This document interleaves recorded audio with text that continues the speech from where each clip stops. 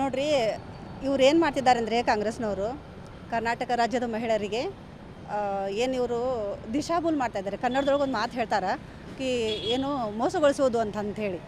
ಯಾಕಂತಂದ್ರೆ ಇವರು ಪಂಚ ಗ್ಯಾರಂಟಿಗಳನ್ನು ಘೋಷಣೆ ಮಾಡಿದ್ರು.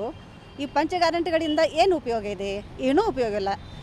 ಇವ್ರ ಸರ್ಕಾರ ಬಂದು 2 ವರ್ಷ ಆಯಿತು, ಇನ್ನೂ ಒಂದು ಅಭಿವೃದ್ಧಿ ಕೆಲಸ ಇಲ್ಲ.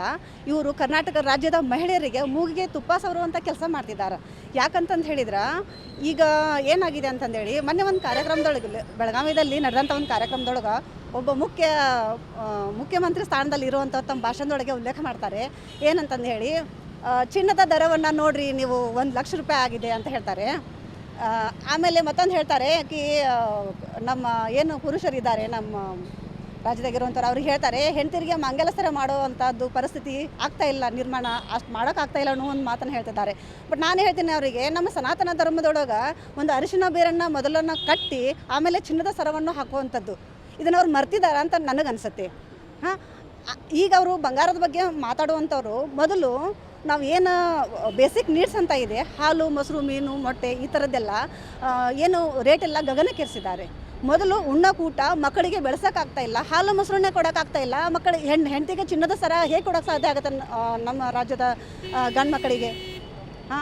ಆಮೇಲೆ ಮಾತೆತ್ತಿದ್ರೆ ಗ್ಯಾರಂಟಿಯಿಂದ ಖಂಡಿತವಾಗ್ಲೂ ಸೋಂಬೇರಿ ಆಗ್ತಾ ಇದ್ದಾರೆ. ಯಾಕಂದರೆ ಇವರು 2,000 ರೂಪಾಯಿ ಕೊಟ್ಟು ಮನೇಲಿ ಕೂರಿಸ್ಬಿಟ್ರೆ ಇವರು ಏನಾದರೂ ಗೃಹ ಉದ್ಯೋಗನ ಅದಕ್ಕೂ ಉತ್ತೇಜನ ಕೊಡಲಿ ಅಲ್ಲ, ಇವರು ಅಭಿವೃದ್ಧಿನೇ ಮಾಡಲಿಲ್ಲ ಅಲ್ಲ. ಇವರು ಸರ್ಕಾರದಲ್ಲಿ ಇನ್ನೂ ಒಂದು ತಿಂಗಳ 10 ದಿವಸ ಕಳೆದ್ರೂ ಸರ್ಕಾರಿ ಶಾಲೆ ಅಂತ ಓದುವಂಥ ಮಕ್ಕಳಿಗೆ ಶೂ ಕೊಡುವಂಥ ಯೋಗ್ಯತೆ ಇಲ್ಲ. ಇವರಿಗೆ ಶೂ ಕೊಡುವಂಥ ಯೋಗ್ಯತೆ ಇಲ್ಲ.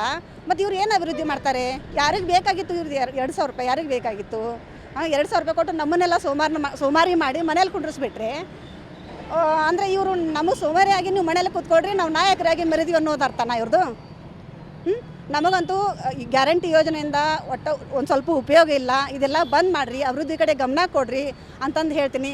ಮುಂದಿನ ದಿನಮಾನದೊಳಗೆ ನಮ್ಮ ಕರ್ನಾಟಕ ರಾಜ್ಯದ ಮಹಿಳೆಯರಿಗೆ ನೀವು ಮೋಸಗೊಳಿಸೋದು ತುಂಬ ದಿನ ನಡೆಯೋದಿಲ್ಲ. ಯಾಕಂದರೆ ಆಲ್ರೆಡಿ ಜನಕ್ಕೆ ಗೊತ್ತಾಗಿದೆ.